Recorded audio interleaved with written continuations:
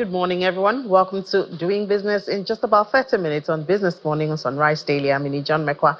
Now let's start from the global space. As usual, we're telling you that oil prices eased on Friday and we're on track to end higher for a second straight week following a large cut in the United States interest rate and declining global stockpiles. We see that Brent traded lower 26 cents. That's about 0.4%, to trade at $73.62 a barrel, while WTI on its part 0.2% down, and that's just about 15 cents that it lost. $71.80. Now the wait is over. The countdown to the Fed rate cuts is now over. So we're seeing the impact, but both benchmarks have been recovering after they fell to their near 3-year lows, as that happened September 10, and have registered gains in 5 of the 7 sessions since the prices appeared, and then also following the rate cuts, which was long anticipated and now bigger, described as bigger than expected.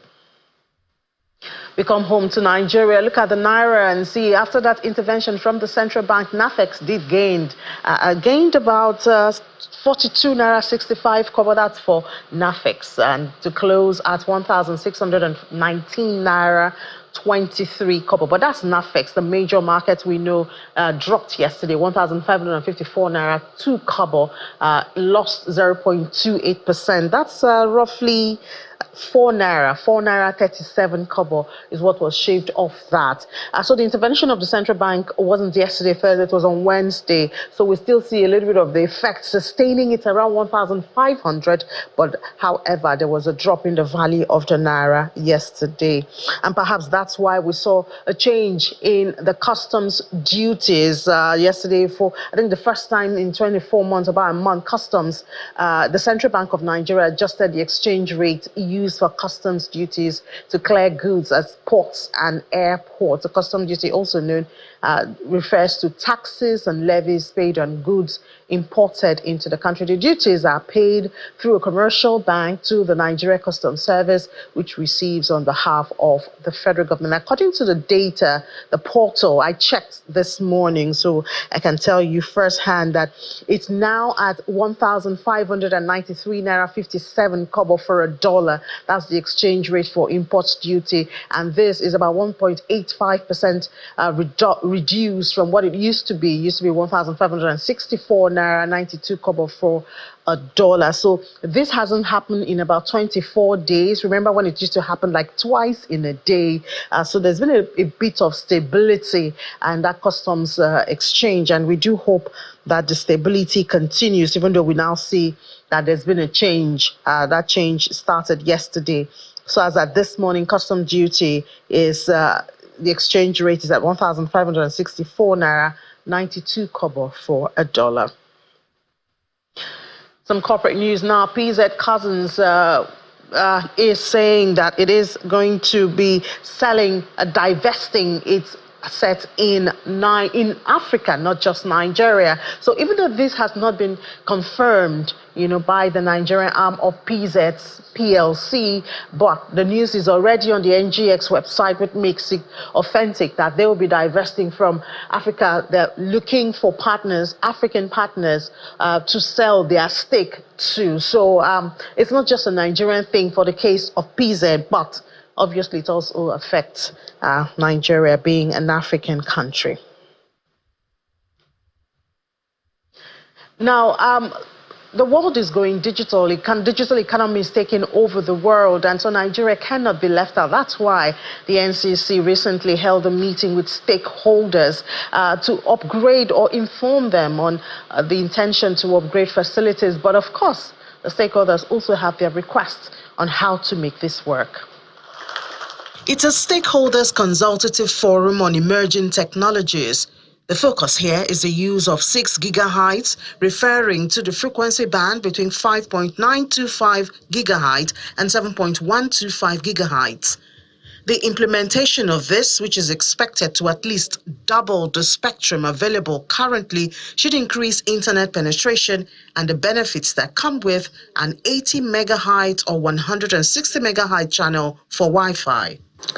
Wi-Fi plays a crucial role in the distribution of fixed broadband connectivity in homes, offices, and various other environments. The vast majority of home internet traffic is connected to the end user through Wi-Fi. In enterprise settings, Wi-Fi is essential for handling large amount of data and simultaneously connecting large number of devices with improved reliability, higher data throughput, and lower latencies. 5G socio-economic benefit in Africa by 2030 is projected to hit $26 billion. The need for this and similar conversations are captured in the projection that artificial intelligence will lead to $15 trillion gain by 2030.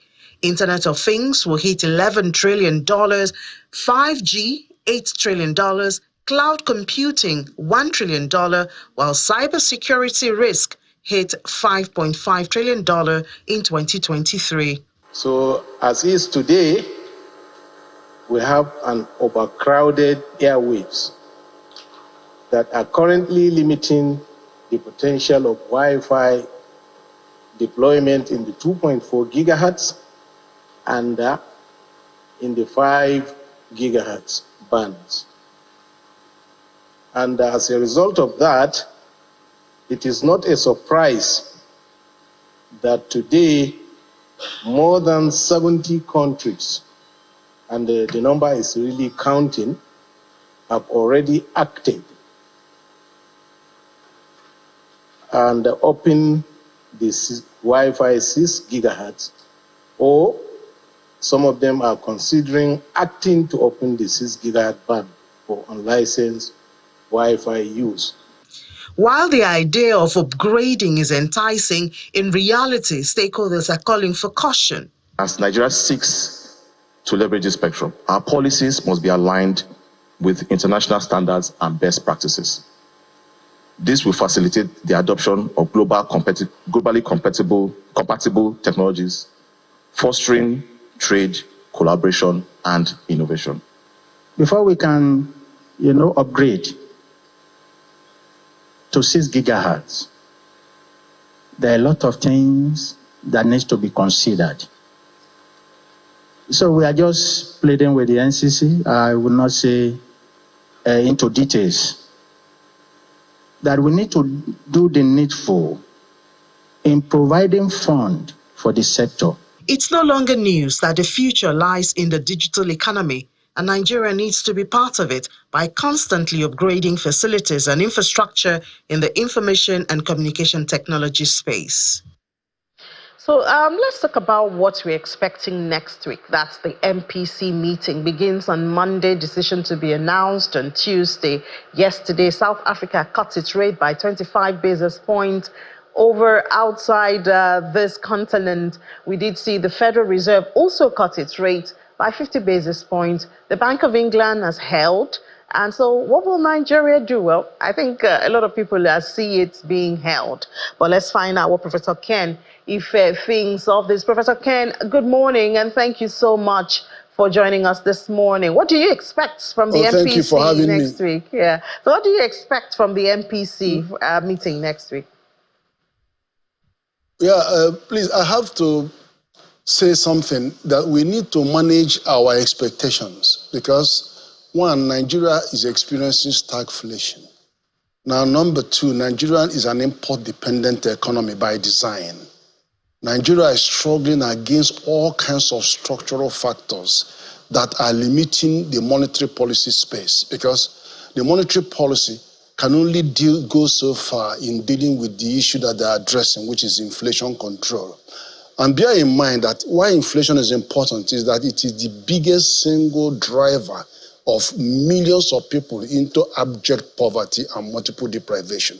So it requires the highest form of attention. And that is why all the central banks is their first core mandate, control of inflation. Of course, there's another one, which is financial system stability. And in the case of America, they added employment. And then you have a fourth one, which is what they call secondary mandate, promoting sustainable economic development. That's where you get interventions from. But Nigeria case is so complex. Every central bank in the world knows how to manage inflation because it is a simple case for them. Some relationships are very linear. But Nigeria is not only experiencing stagflation, but the most complex interaction of all kinds of disparate factors. You have insecurity, you have infrastructure costs, you have energy, you have transportation costs, you have even the fact that there's huge speculation on our currency. So all of them should make us more cautious about jumping at conclusions. Now, let me give you one example. Monetary Policy Committee will decide by Monday, Tuesday on 3 parameters: monetary policy rate, and then you have the liquidity ratio, and then you have the cash reserve ratio. But those 3 are not the only thing that can affect inflation. Even within the armory of the central bank, it has loan to deposit ratio. It has a lot of other things, like, as you saw, closing the net open position of the commercial banks on dollar denomination, and then making sure that it affects the forex transactions. And then even the fact that they have closed that, the most important achievement of the bank, as in my own opinion, is that they have actually zeroed the spread between the between the forex, official forex, and because that is what is the most important to investors.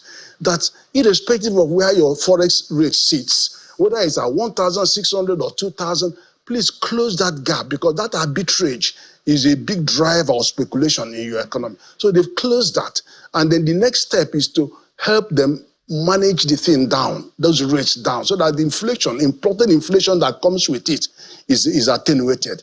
But having said that, you're asking me, what is my prediction? I will be 2 things that the bank is going to be looking at. One is how much of imagine a country where you have almost 100 trillion naira in circulation, and the GDP of the country is about 240 trillion. I mean, that is huge injection into the economy. It will take a finite time to run that down. Although many things are happening, the bank also has other tools like open market operation and treasury bills and all of that. But it will do its best to continue to suck out oxygen on the demand side. But of course, the second one is that, remember, ECOWAS macroeconomic convergence criteria, 10 of them. One of them says you have to have a positive interest rate.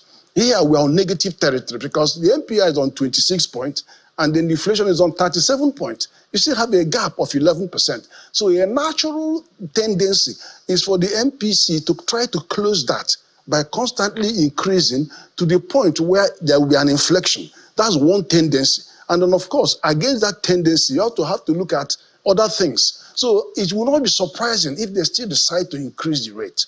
However small, it will not be surprising because they have these 2 major objectives. And don't forget that this second objective of trying to be on positive interest rate is also going to help the foreign portfolio investment. And you can see that foreign portfolio investment is inching up simply because we are constantly closing that rate and then giving them a stable forex rate, because that stability and closing the gap is far more interesting to those who are investing into our economy, foreign investors. So it is not going to be surprising if they do decide to increase that rate marginally. But of course, the best case scenario is that they hold. But definitely not to even consider bringing anything down right now. But let me tell you the saving grace. The saving grace is that the fiscal authorities have intervened, and we have been asking for fiscal stimulus, and now you have it. You have the small banks, SMEs, their threshold has gone up from 25 million to 50 million naira. Then you have all those tax VATs being removed, and then they don't have to worry about VAT until their turnover is over 50 million. And there's so many things on the consumption side, like the things that utility, the things you will buy with money for the masses. They've removed taxes from them, and then they whittle down 60 taxes down to 10, even going down to 8. Because as a matter of fact, 95% of government revenue is coming from only 6 taxes. So why do you have 60 taxes? So they've actually come in a very big way, the fiscal authorities, and they remove things like, the tax holidays, and say, no, do it on sector basis. Select key sectors and let them have so many, creative fiscal policy issues, policies are hitting the ground right now, which will help the monetary authorities, because they've all been saying we need more, we need more. Do you not have it? Anything we want, we are having it right from the fiscal side of things. All right, so I'm Prof. much more hopeful. All right, Prof. Obviously, we're going to continue this conversation and get another perspective on Monday. But hearing from you that we should be cautious as Nigerians, shouldn't be carried away, because we've seen South Africa cut rate. We saw Ghana cut rate even a couple of months ago. But we should look at our own, specific challenges. But thank you so much, Professor Kenife, for sharing your views with us this morning. Obviously, it's a continuous conversation, and we'll do it again on Monday. Thank you very much. All right, so while we are still looking ahead to that MPC meeting, we're also looking at state subnationals, talking about their generation of revenue and working hand in hand with the private sector. That's what we're discussing next. And we're doing that with the Chief Executive Officer of Modo Ante Limited. He's also the initiator of a Co-Revenue Plus Summit. Mr. Joko Okupe joins us here in the studio. Mr. Okupe, good morning. So we always...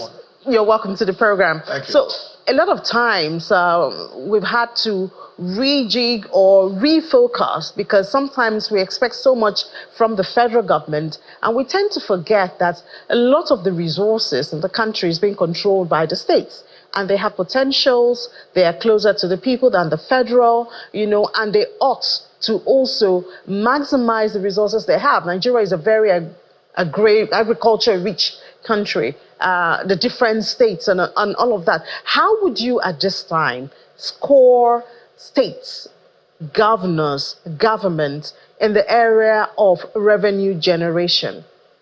Not very, very good. Not very, very high.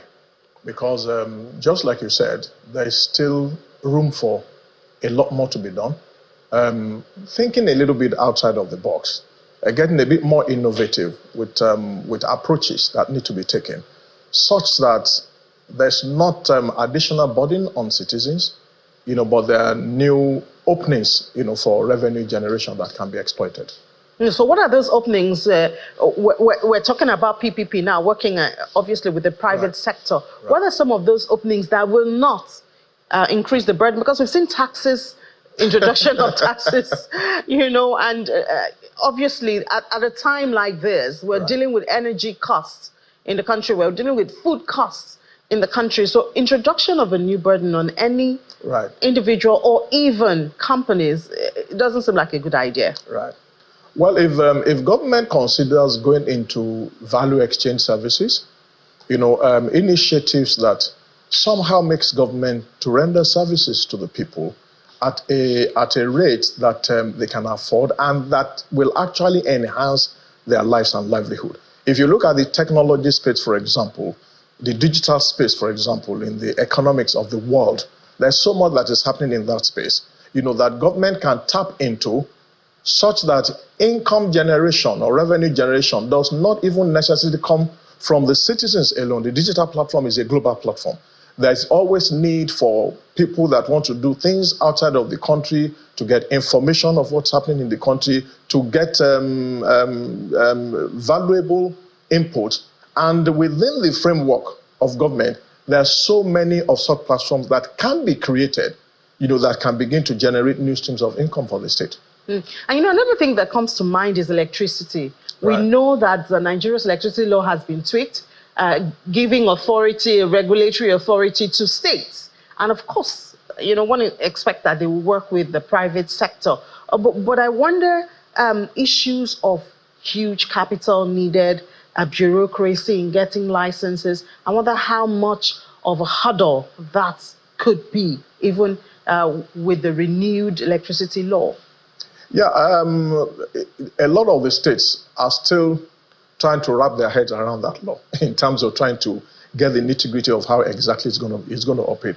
But there are also developments technologically, even in the energy generation, energy sector of the world, that makes it possible for energy to be provided in clusters, such that you are not engaging in establishment of huge infrastructure. Now, if that comes in and there is an enabling environment that government creates, for the partners, to come in, it obviously should be something that should work. If, for example, we pick a cluster like where Channels is, and all that provider is doing is providing energy for this enclave alone, that becomes a lot more manageable. So we believe that there are quite a lot of opportunities and flexibility, but it's a PPP thing. And I hear you say, yes. if the government will make the environment enabling environment, yes. which has always been the complaint of the private sector in the country. Right. We have a lot of Nigerians who actually have the capital, but when it comes to the enabling environment, an investor wants the certainty that if I go into this line of business, I will make profits. Right. We've heard of policy flip-flop, that's on the one hand. Right. And I mean, pardon me, we're in Lagos, but for a state like Lagos, you had an issue of multiple taxation, both from the government agency and the non-state actors. And these are, some of the challenges that deter investors, even when we have these bright ideas and the need is all over. Right. For example, in the summit that's been put together for Lagos, one of the things that we've considered very, very closely is that within government, there should be a deliberate and intentional function that helps investors liaise with various arms of government. Because some of the challenges that the investors have or the private sector has is in having to relate with multiple departments, agencies, and ministries of government. Now, if we create a dedicated desk of function, within government that takes over that responsibility, on behalf of the investors or the private sector, it's just a matter of handing over to them, what exactly they need to get done, what they need to get done, without them having to move from one department, one agency, one ministry to another. It's one of the things that the Office of the Special Advisor on Revenue and Taxation and Revenue is trying to put in place so that the outcomes of that conversation can be implemented seamlessly without too much headache and frustrations. Since we now know that you do have a connection with the Lagos State, we would like to plead with you to help us send a message to the Lagos State government. We had an exporter on the program last week, right, and he did complain that between maybe the heart of Lagos to Apapa Port, they have to pay about 20,000 naira in how many places to the non-state actors. If they don't pay, they break their glasses. That's, transporting their goods to send out of the country.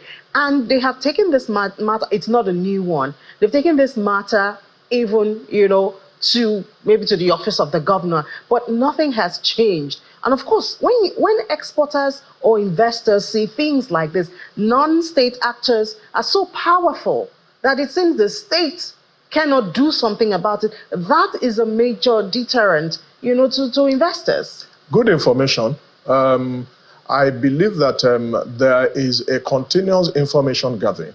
And in government itself keeps evolving, from whatever it is that they were doing yesterday to what they're doing today. So I think that it's an issue that should be brought to the fore, for a deeper conversation, around it. Because sometimes the depth of conversation that you have around issues also indicates the seriousness, of the issue.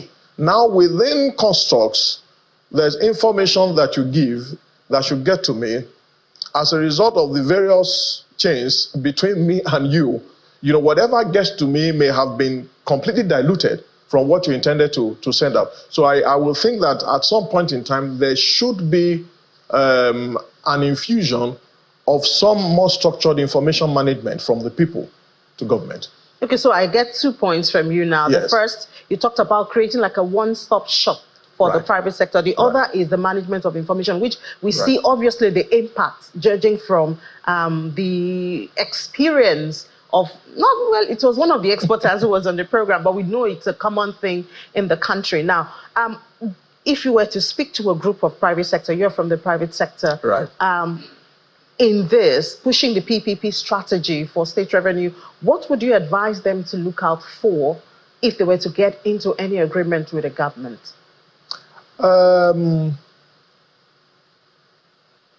Interesting question. I think the first thing is expectations need to be managed. Because in a lot of times, the private sector also gets carried away with the enthusiasm of their ideas, right? Not minding the practical dimensions of the implementation of some of these ideas. So I call it expectation management. To say that, you know what, because there are some things that private sector requires that require legislation, to be done. So no matter how anxious you are that, we have this fantastic idea and we want to get this thing done, pull back a little bit to know what the requirements are within the current framework of government, to get the things done. So that if there are legislation issues, to be handled before those things come to pass, then you know that whatever it is you are planning to do is not going to happen in 1 month, because there are processes that are in between. So I call it expectation management, and then of course opening up precisely to say that for us to do this and do this, these are what require. This is how this is how long it will take, for us to get it done. And if there is some good measure of transparency between government and private sector, I think it's not such a difficult thing to do. All right, I think that sounds very realistic. Managing your expectation, very realistic. But thank you so much for sharing those tips with us. The Chief Executive Officer of Modo Ante Limited, Mr. Joko Okupe, and also initiator of Eco Revenue Plus Summit. Right. And we hope that you will take our message to Lagos State. Yeah, the summit is meant to be... No, I mean the message about, that's what I'm saying. non-state actors. Yes, that's what I'm saying. Let them also try to participate in the conversation so that there is a direct ear that also hears. All right. Thank you so much for your time this morning. Have a good day. You too. All right. Cheers. All right. So that's it. I mean, I've been itching to bring that up because we've reached out to the Lagos State government. We haven't gotten any response yet. So I'm just going to try as much as possible to send a message to them that this issue is still on ground, and we do hope that we can get a response of what can be done and what would be done by the state government. I think that's the much we can take here at this side of the program. We need to head back to Malpe and Kayla. And interestingly, it's Ladies Out Friday. So I'm so happy to do this. So back to you guys, Sunrise Daily.